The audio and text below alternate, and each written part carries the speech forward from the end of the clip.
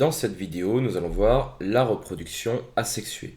Il existe deux types de reproduction. La reproduction dite sexuée, qui fait intervenir des spermatozoïdes et des ovules, et une reproduction dite asexuée, avec un A privatif qui nous indique que la reproduction, dans ce cas, se fera sans spermatozoïdes et sans ovules, c'est-à-dire sans cellules reproductrices. Aujourd'hui, nous allons voir cette reproduction asexuée chez les animaux et les végétaux. Les animaux, tout d'abord, vont avoir différentes stratégies pour pouvoir se reproduire sans partenaire. Premier type de stratégie, le bourgeonnement. Ce mode de reproduction est notamment utilisé par un petit cnidaire qui s'appelle l'hydre. L'hydre est un organisme qui va pouvoir se reproduire par bourgeonnement. On peut observer sur cette photographie un petit bourgeonnement à la base de l'animal. Ce bourgeonnement correspond à une copie identique de l'animal qui va pousser à sa base puis se détacher. Cette petite hydre nouvellement formée sera donc un clone de la première. Autre moyen de reproduction, la fragmentation. Parfois, l'animal peut se retrouver fragmenté, c'est-à-dire qu'il va être décomposé en plusieurs morceaux. Chaque morceau pourra alors pousser pour reformer une nouvelle hydre, permettant ainsi la formation de 3 nouveaux animaux. Troisième mode de reproduction chez les animaux, une reproduction par scissiparité.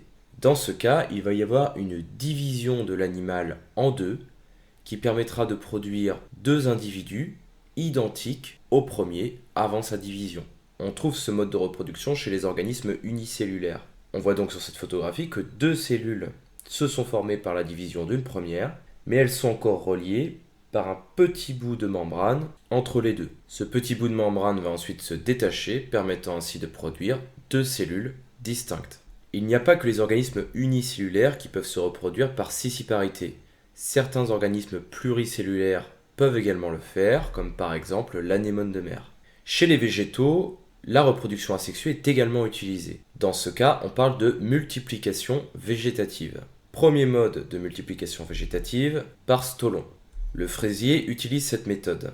Les stolons sont des petites tiges horizontales qui vont ramper sur le sol. On peut en observer un ici. À l'extrémité du stolon, il y a des bourgeons qui vont pouvoir s'enraciner dans le sol et former un nouveau pied de fraisier. Ce nouveau pied de fraisier sera donc une copie identique du pied de fraisier qui se trouve à l'autre extrémité du stolon. Deuxième mode de multiplication végétative, par rhizome. La menthe utilise cette technique. Un rhizome est une tige la plupart du temps horizontale, on peut en voir un ici, et ces tiges ont la particularité d'être souterraines, c'est-à-dire qu'elles sont sous terre. Néanmoins, ce ne sont pas des racines.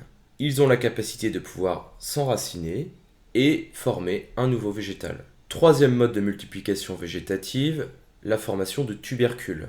C'est le cas notamment de la pomme de terre. La pomme de terre est un tubercule qui va pouvoir germer et donner un nouveau pied de pomme de terre. Quatrième type de multiplication végétative, le bouturage. Le bouturage est utilisé notamment par le rosier. L'homme utilise régulièrement cette technique puisqu'il permet de produire de nombreux rosiers. Dans ce cas, il suffit de couper une tige du rosier, de la placer dans un bocal d'eau ou même de la planter en terre, et on peut observer que cette petite tige va produire à sa base des racines, ce qui permettra de produire un nouvel individu. Par conséquent, la reproduction asexuée est une technique qui est utilisée à la fois chez les animaux et les végétaux.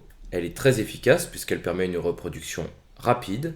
Néanmoins, elle ne permet pas une diversification des espèces puisque lorsqu'ils utilisent la reproduction asexuée, ces êtres vivants ne produisent que des clones.